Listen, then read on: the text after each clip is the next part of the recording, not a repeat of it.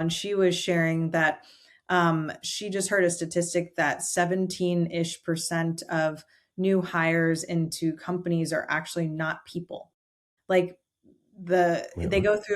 go through an interview process and like a resume evaluation, and they're not actually real people. And so companies are like onboarding these like AI agents or bots, if you will, and come to find out, like they went through this whole interview process and it wasn't a person. And Really? so like that is a whole nother level of like, yeah, talk about transparency. Like how do we handle all of this? Like all these AI capabilities are leading to like more opacity in some ways about like, anyway. Wait, I'm just curious. I don't know how knowledgeable you are about the 17% are not people, but I was like, wait, hold on. How do you get hired and you're not a person? But so they have the resume and that stuff. That could be not a person, but then how do they do the interview?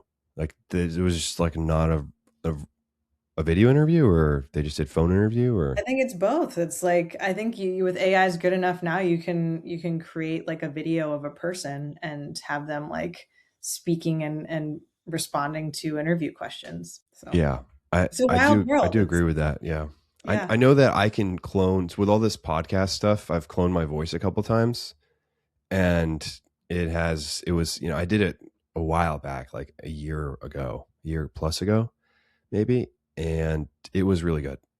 The voice cloning was like people couldn't tell that it wasn't a real, like it wasn't me, Yeah. which is no good because, well, that's a problem, but it is what it is. And that's one of the reasons I talked about it a couple times recently, but it's one of the reasons why I do the video podcast, and I've always started a video podcast, is like, how do you know that the person on the show is a real person or Yeah. some kind of AI person, or how do they know that I'm real?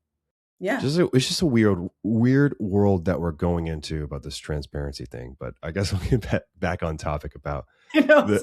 I just thought it was so I mean, and just on that note, like one of the things I think one of the pain points that we can help solve is not just like, is this a real person, but handling AI as a tool or set of tools is a complexity skill. Like those who are rising to the top or like able to position themselves for this labor market really are people who know how to manage AI and who know how to leverage the tools, and that's a complexity skill.